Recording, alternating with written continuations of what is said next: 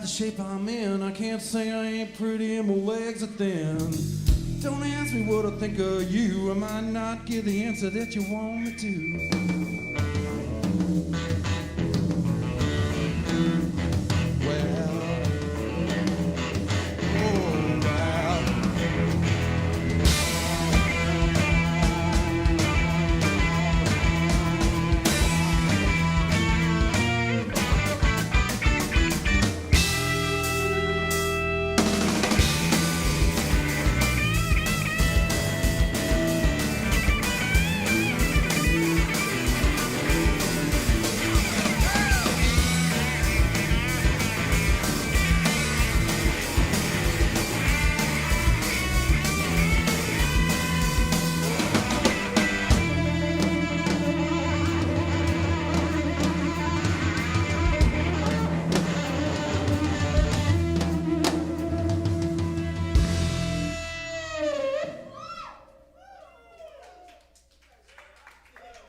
Now when I talked to God, I knew he'd understand. He said, stick by me and I'll be your guiding hand.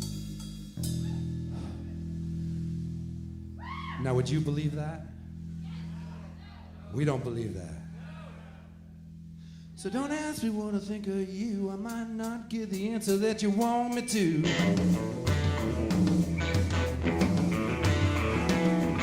Well, oh.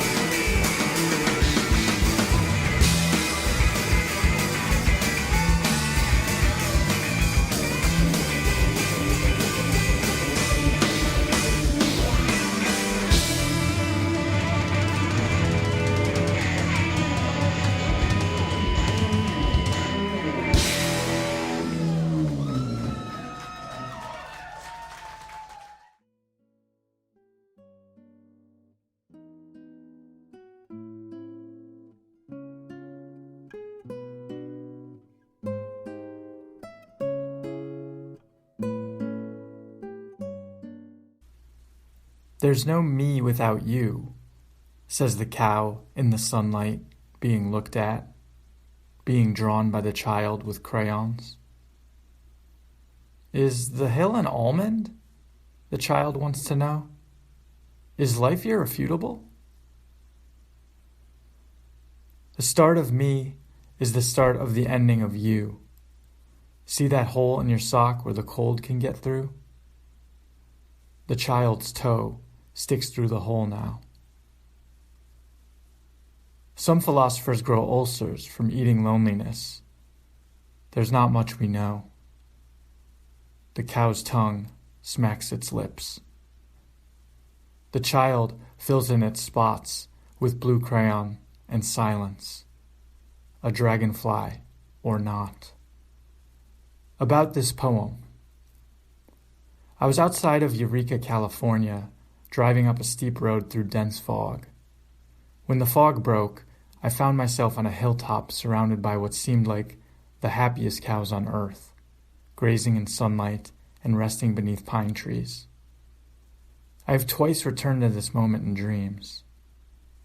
This poem is an imagined dialogue between a child and one of those cows.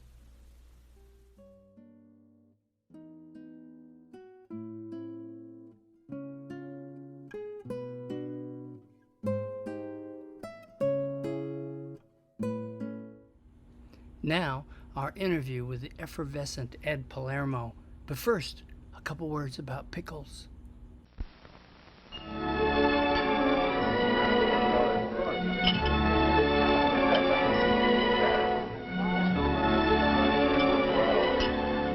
Nothing upsets a pickle lover more than a dull, soggy pickle.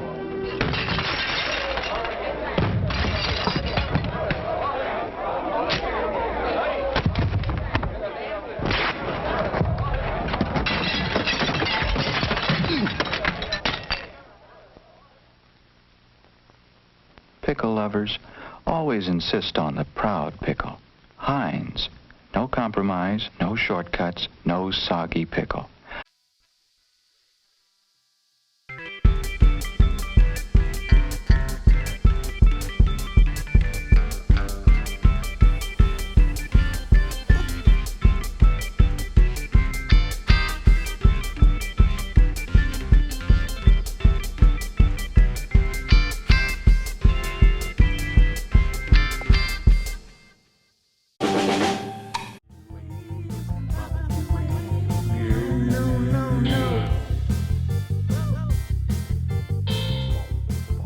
Hello, Ed. How you doing, my friend? Great. Could not be better. Glad to have you on. Ed Palermo Big Band has given us 25 years, over 25 years of creative, artfully arranged takes on Zappa, Rundgren, British Invasion, Coltrane, Ellington, Palermo 2. And I bought, in 1997, I bought this CD. Wow. And, you know, Ed Palermo Band plays the music of Frank Zappa. And fast forward to the pandemic, you know, in the middle of the pandemic, and then I see this downbeat, and I saw across Ed Palermo, what the heck? And then I open up, and you know, and there you're all smiling inside. It's a really nice article. It's a really good take, and it's very insightful about who you are and just kind of the why of you, I'm thinking. That's what I liked about that. Well, but then I'm sorry, I was very happy with that. And then I go to your catalog. I think initially through Bandcamp, because I ordered some CDs, and then I was looking through it, and then I brought them to eBay, and I went over that. And now I know to, and I'll direct people to, you know, PalermoBigBand.com. But in looking at that, you know, I got this range and depth of all your endeavors, and I think we're the same age, and we both are, you know, fans of Frank Zappa or appreciate Zappa, but you've turned it into an art, and so I'm just so glad to have you here on Lo-Fi Lounge, my friend. Thank you, man. I'm honored to be here. But let's talk about what you have. Your newest thing right now. You have an Edgar Winter thing, right?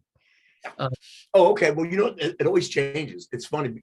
By the time we release an album, right? I mean, I guess it's like who make movies, but by the time we release an album, I'm already way into the next thing, maybe even 2 steps ahead. Like, okay, we did the Edgar Winter album, which came out, I don't know, within the past like 6-8 months, something like that. Right.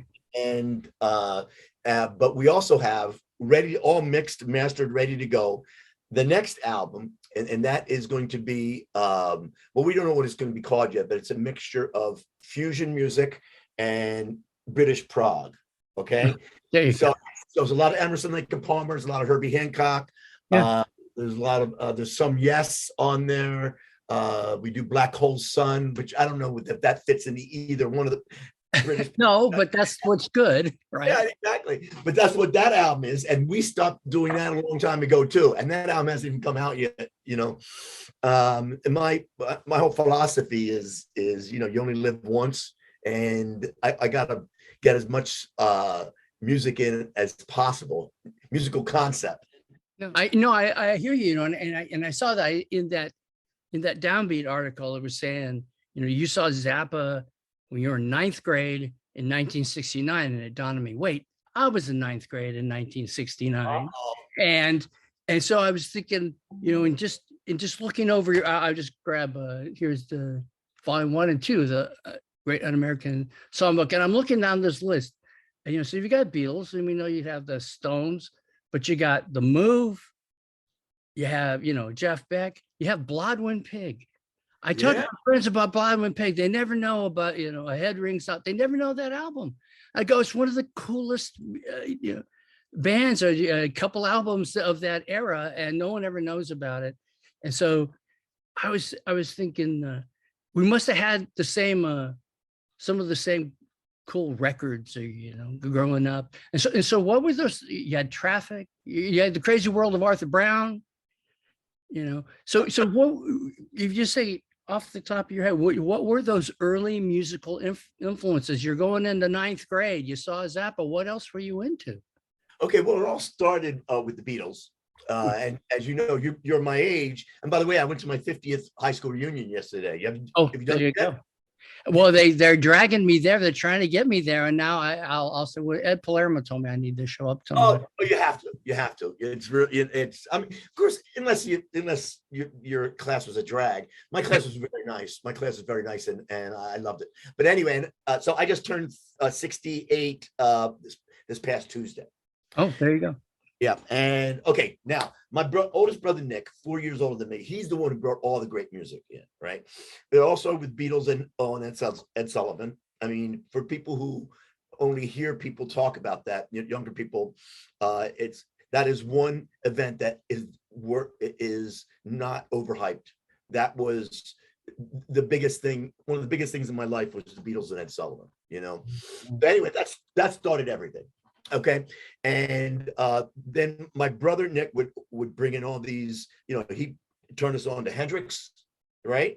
Turned us and what we called at the time underground music. Do you remember that term? Yeah. Then all the British bands, like you mentioned, Blodwyn Pig, Jethro Tull, and now a lot of that had to do with it was my first concert going experiences. Okay. There was a place in Philadelphia, which is only an hour, I guess, hour north of where I grew up in Ocean City, New Jersey. Yeah. So we'd go up there, and that's where I first saw Zappa in 1969. And that same year, it's so funny because I saw the Who that year. I saw the Who. Keep in mind, in a small club. I saw the Who, because Woodstock hadn't happened yet. Woodstock made it so all these guys were now playing stadiums and arenas. Right. I could see these bands. I saw Jethro Tull in a small club. I think it was their first American tour. And of course, through Jethro Tull, I got into Blodwyn Pig. And so I don't want to get too tangential because I have a tendency to do that. Me too. To answer your question, it was seeing the band live. Of course, my brother's the one who drove us there, so he was instrumental in all of this. He turned me and my other brother out. There's three of us. Turned us on to the greatest music. I say the greatest music there is. Yeah. And now what I'm doing with my band is I'm reliving all that, but through my jazzy, what's the word? Lens.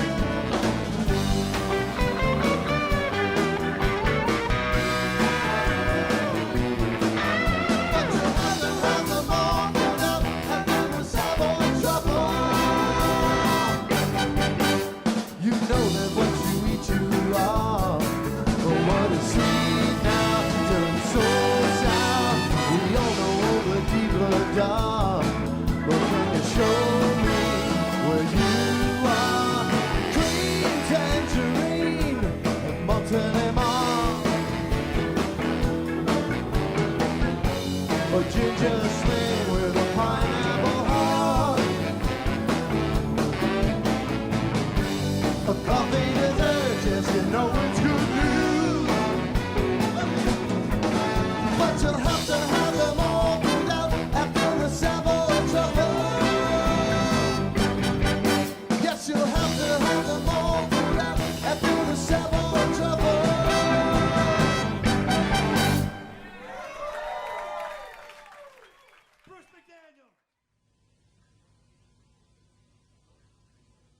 Portland General Electric offered to pay me to be in this commercial. I told them I refused to sell your product. They said, great. In fact, I said I would tell people to use less of it. And they said, perfect.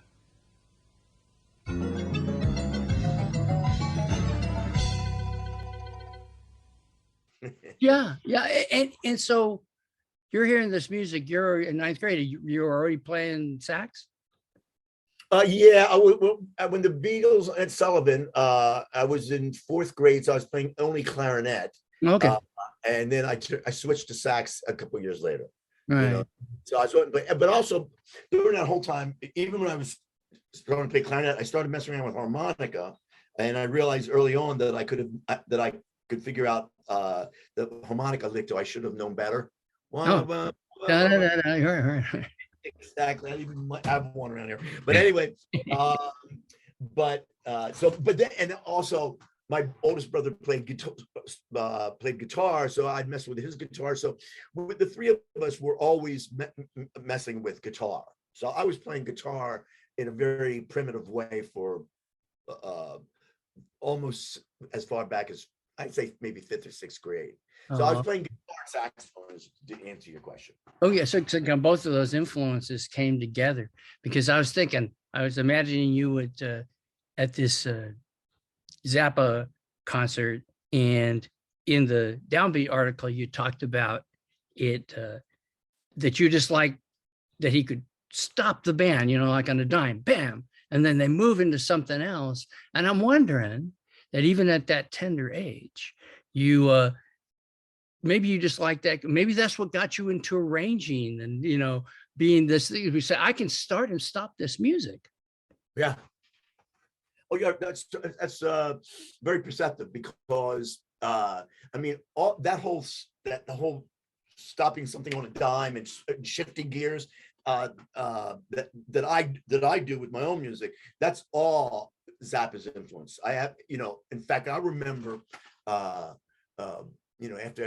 listening to Zappa for since ninth grade, and I remember I think it was a junior, I was listening to some classical music, Prokofiev or something, and they did that because the Zappa doing that's very, very classical. That's a very classical thing.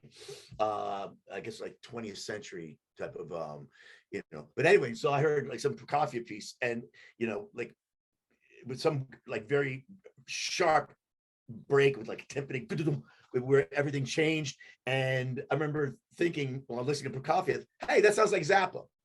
And anytime many years later, well, I'd say like in the early 70s when I moved to New York, I remember Stephen Sondheim's Sweeney Todd was on Broadway, and the commercials for that did that a lot of time signature changes, very abrupt cuts and shifts and stuff, and I remember thinking, that sounds like Zappa. Ladies and gentlemen, the Ed Palermo Big Band is proud to present the one, the only, Napoleon Murphy Brock.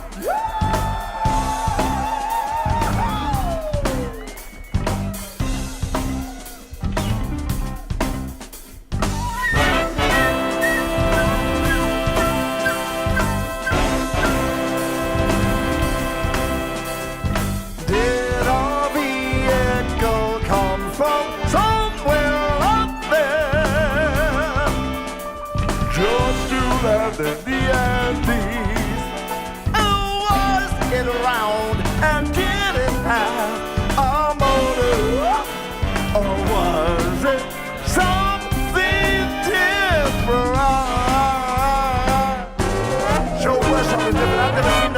my timeline. She stepped out of the spaceship, handed me a business card, and the business card said, Bootylicious, Mother Mary and Joseph. Dead up the echo, dead up the echo, fly along the mountain and find a place to pack it.